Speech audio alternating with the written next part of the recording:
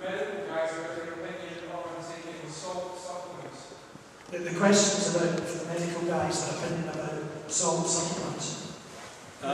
And why would you think to do that? Like, so to keep your sodium levels high. Why might your sodium level not be high?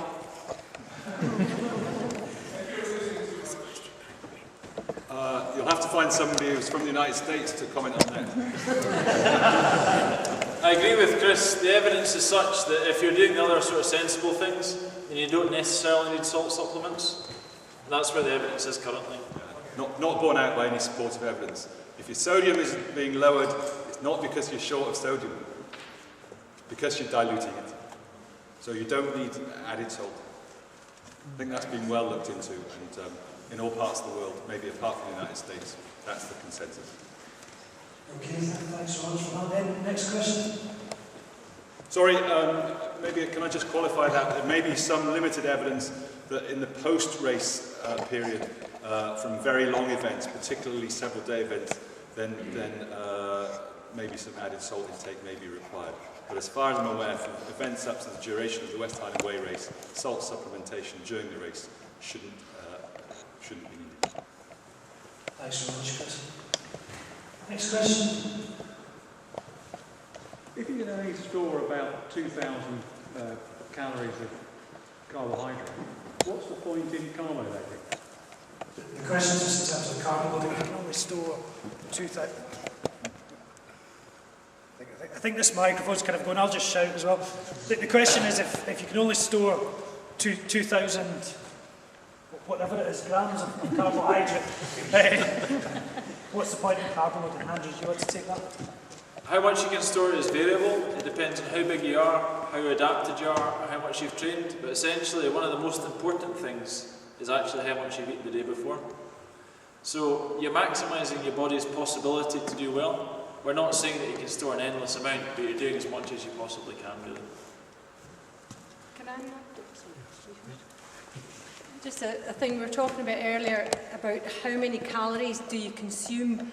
I once did a count back, I can't remember what year it was, and I can't remember how much fluid I drank, but it was a good quantity of ginger beer. But total calorie intake during the race was about 6,500. And I think I lost a couple of pounds afterwards as well.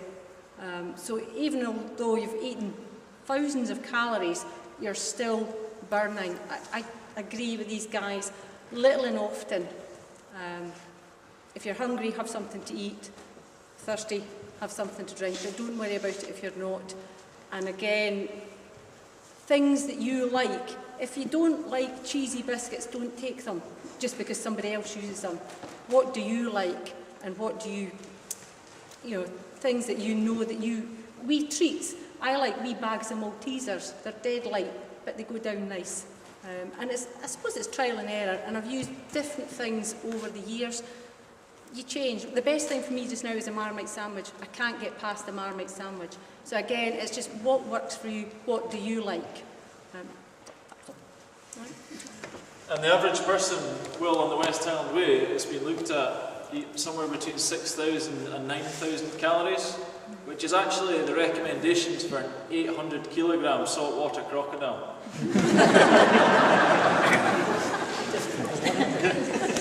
Just another little thing on that. In the little thing I had, somebody mentioned about fat burning, because again, we could spend hours on it, and the medics probably have a different opinion on it, but I was once at a seminar where Ronnie Morn, who was at Aberdeen, is now in Loughborough and does a lot of work for the IAAF and FIFA and things on various sports physiology. And it was a squad weekend, and he actually sort of set out on a table roughly the amount of food you'd have to... He worked out how many calories the average person had in a 24-hour race used up. And he put all that food in calorie form on a table, and then challenged any one of us to try and eat it in 24 hours. And you just cannot take it all in and absorb it at the same time. So you get to a point where you are using up reserves and going into fat burning mode. And you've got to be careful how you do this, but I've tried it myself, and on Donald's advice at one point, he used to go for 50-kilometre runs on a Sunday morning without having had anything since about 5 o'clock the previous afternoon. So he was actually starting on empty, basically, but that was his way of getting his body to metabolise fat from a very early... He was basically starting from empty and then going out and running 50k. but his body developed the capacity just to sort of go into fat burning mode very early. You've got to do it carefully. The medics probably say it's totally dangerous to try and do that. We haven't said too much about fat. And It's basically when you run out of natural stores, when you get into fat burning mode. I'm aware of potentially treading around these toes, but this is my simple understanding that the longer the event, and therefore the lower your personal intensity of activity as a percentage of what you're capable of. So you appreciate that if you're running for longer, then you're running at a lower percentage of your capability. My simple understanding, and Andy will correct me here, is that the lower the intensity of your effort, the more you can use fat as your energy substrate. The second thing that I say about fat is that the fitter you are, then the higher the level of the intensity at which you use fat. So as a training response, and as a consequence of running for up to 35 hours, by those two mechanisms, you can use fat as an energy substrate as well as carbohydrate. And I'm sure, in response to the person who said, what is the role of carbo loading when you've only got 2,000 calories? I think maybe it's important to stress that you're using two energy substrates to run along the way. One is carbohydrate, and the other also is fat, which even if you're 3 to 5% body fat, which the skinniest East African runner is, you've got a substantial energy store there too. That's not taking anything away from the fact that you might as well have your muscles and your liver fully laden with glycogen, but you're not using exclusively carbohydrate as your energy substrate to run from Glasgow to Fort William. Marco Pantani, you can decide whether he was genius or madman, but he was notorious for managing on a slice of watermelon and spending a day hammering out in the Alps.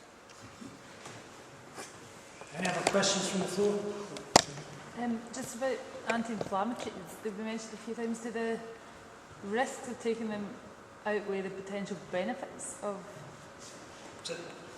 running? It's my first West Island Way race, so I don't know if potentially, I might need to use them because things might flare up after 60 miles. The questions about anti-inflammatories and the risks of using them outweighing the benefits, which maybe passed the question. Well, in my day job as a GP, we're aware that there are certain side effects associated with anti-inflammatories, and maybe we're all very focused on the potential to irritate your stomach lining. But you don't have to look too far down the list of unpleasant side effects to appreciate that they are damaging to your kidneys. Now that's unusual in my day job, but it's routine as a doctor. If someone's got kidney damage, to keep them away from anti-inflammatories. But if you're operating in an environment, which as I hope I've demonstrated, an environment that potentially is harmful to your kidneys, which is a step on from just the normal muscle breakdown to some kidney impairment, then surely it makes sense to avoid in those kind of circumstances an agent which are known to be toxic to your kidneys. So that's number one reason why not to take them. And number two is that they are fluid retaining, which can compound a situation of long distance running, which is also fluid retaining. So for those two reasons, I advocate that they are injurious. And I can't really think why you might take them, other than they can help with aches and pains. Is there any and everybody else appears to be taking them, particularly those who don't come to evenings like this. Why would you? Just advice from what people say. I would say, I personally don't take anti-inflammatories for that very reason. I think that they might be more likely to get me to the finish, potentially because they're quite a good painkiller, but they're definitely the enemy of the kidney, and they're the enemy of the stomach, and they're the enemy of the brain as well. So I think that if you are going to take them, then I suppose just giving you the information and being aware of the potential risks as well as the potential benefits is useful from our point of view. I personally don't take them for those reasons, and I suppose it's a decision for you guys to make. I think the official advice from the race committee is going to be please do not take them. That's absolutely. I mean, I think I would say from my own experience, I've never taken any. I've done 8 of these, and you kind of want to know the pain you're in. I suppose I always look at it from the wrong end. So I don't hear about you until your kidneys are in trouble, and then I hear you're on anti-inflammatories. I'm fully aware that there's a large number of people running the race who are taking them who I never see. But I suppose because I don't see them, I don't know the kind of the safety margin. I, like everyone else who's involved in these events, see the people with the kidney problems and non-steroidal takers are disproportionately represented amongst those who present with kidney problems, and hence the advice to steer clear of it. But it's fine to take paracetamol, though. Aha. Right, okay. That would be the drug of choice. Yes. Just as a quick on that, you've heard the medical advice. A little motivational tip I once heard from a contemporary of Donald's, actually, like a Mike Newton, who's a very good 100k runner who experimented with 6-day races back in the 70s. And when I once asked him, how do you cope with day 3, day 4? And he said, ball bearings. I said, what do you mean by ball bearings? He said, well, your legs are getting trashed, your brain's getting trashed. I just imagine I'm running on ball bearings, and you just slide over the ground. I think I would also add a comment. I think I'm pretty sure there's no medical basis for this at all, just from experience, but only one thing can hurt at the same time. So if you're running along and you think your left leg's sore, your right arm hurts, that's great, because your left leg's sore. I think it can only be one place. Any other questions for our panelists? Can I maybe ask one to be going on with? I'll ask, because somebody said to me in the interval, they said, we've heard all this about the medical advice, it's all serious, and we're very keen to get that across, the things she's doing, and all quite negative and all very scary. But can I maybe ask some of the panel, why do we do this? What do we get out of it? What are the positives? Fiona, do you want to say a few of that? What have you got out of the West Highland Ways? Well, a lot of folk maybe know, or maybe folk don't know, but for me, the West Highland race has been a lifesaver. In 2005, I was training as normal, as I was planning to run the race, but then I had a brain hemorrhage in the April, which kind of scuppered my race for the year. But 2006, I was back and I was running, and it was the last tick in the box of my recovery. And from that day forward, I'm recovered, nothing's scaring me anymore. That's the hardest thing I've ever done. Running this is a sheer pleasure. As I say, I've chosen this challenge. You get sore, you get tired. Well, what do you expect when you run 95 miles? You're upright, you're in great health. Just keep moving forward and enjoy every moment. It's a pleasure. And I think I said before was, well, pain is a luxury for the living. If you're not alive, you're not going to feel that, are you? You've got to enjoy the event and think of it as a positive. Like, how to treat blisters. Well, blisters are brilliant. They keep you awake in the second night. There's good in having a blister. You don't feel your legs sore because your toes are nipping. There's always something good to find in a tough moment. And it's just a brilliant event and a brilliant bunch of people. I think we'd all agree with that. Those of us who've been involved with them. So it's just fantastic. The people, the camaraderie, the wide variety. It's just something that we just all love and all want to be part of. Any other questions from the floor? How early should you start refueling? Sorry? How early should you start refueling? The question is how early should you start refueling? I always think one of the most important drinks is the one I call -1, which is 15 minutes before the race. When you're in Mulgai car park, again, I'm not the medical guy, I'm just a runner, but the way I understand it is as soon as you start exercising, your digestive system starts closing down. So you have to do little things to start killing your body. Okay, don't close down, please. So by having something, I usually have a jam roll and a drink about 15 minutes before the start, and that just keeps the whole system open. It's got to deal with it. Now, by the time race starts, the digestive system is starting to work on that jam roll. So when you start running, it's not going to close down, it's got to keep working on it. And at the pace most of us are going at the start of the race, it's not going to interfere with that. If you're Richie and you're going out, bombing out at the front, yes, you might have to have a different strategy.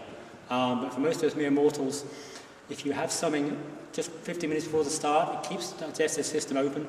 And then if you're doing the drip feed strategy, as I do, which is little and often of everything, it just keeps the whole system moving. So. Pauline, Fiona, you've got your most important feed.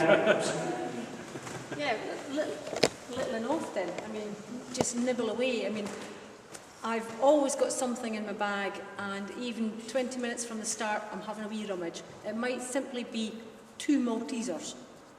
It's just tiny little bits, but regular. some people I know maybe set their watch every half hour, 45 minutes, have a drink, a sip, you know, literally a sip, and a bite of something, a jelly baby, you know, whatever. A bite of a roll, put it in your pocket, bring it back out again. So I've always done little bites, but very frequently. I mean, I know some people might think, I'll wait an hour. I would never wait that long. It might only be 3 mouthfuls of something, but I would have had 3 little bites of something in that hour. That's what works for me. I think the other point I just add to that is, when you say go out and practice and try and test things out, but against that, not many of us practice from starting at 1 o'clock in the morning, so it's always going to be slightly different. Okay, any last questions? I'll take one more. Yeah. Okay, specific challenge actually within the Netherlands, which is as flat as a pancake, and it's climbing and the descent of rising more than the distance. I wonder, can some of you guys talk about, do you use gym, workouts, fitness? I mean, what can you do if you know able to train on? And I'm not mad, I know it's the questions are, the person asking the questions from the Netherlands, and the question was about how do you train when you can't train in hills? Who wants to take that? I mean, if I while I'm thinking, I would maybe add, we've certainly had some very, very good athletes from the Netherlands over the years. There was one up in the picture who finished, I think, 2nd and 3rd in various years. Jan is a classic example, and also Wim Eskamp, who held the record going back a few years. He was from Holland, and Wim used to go to the Alps at least once a year and just do a training week in the Alps, just to get used to it. It's like, look at your event, what does it involve? It involves hills, so you've got to find some somewhere. Wherever your nearest hills are, plan a weekend there to get used to it. And don't just run uphill, but run downhill too. If you're running the Highland Way, most people look forward to and relish the little drop down into Kinnock Leven. That's the real quad buster. So practice the downhills as well. Yeah. What about training on stairs? Training on stairs was asked. Yes. I think that certainly what I've found is the experience of particularly running downhills is something that's well worth replicating, because the up doesn't seem so bad. The first time I go on the hills every year and run down them, my quads tend to be trashed for about 3 days, and then it's okay for the rest of the year. So I would encourage folk to try that. Anyway, I think we've reached sort of after 9:30. If I could maybe just sum up, I think hopefully it's been an inspiring night. Hopefully you've learned something, you've met some people, questions, and there's loads of resources like the website and the blogs and Facebook site and so on. Please use these and please ask. That's how we all learn. We all have to put together our own package. If we could thank a few people, we could thank first of all Adrian and Run and Become for their sponsorship of this, and hugely involved, and for Adrian's talk. Thank you very much.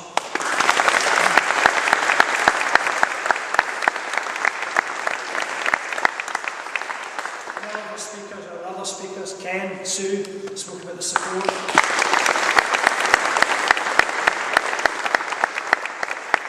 Esther was talking the medical advice.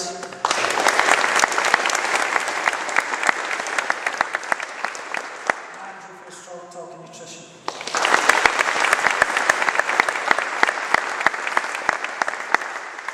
Thank you all very much for coming, and look forward to seeing you at some of the races coming up on the West Highland Way. Thank you very much.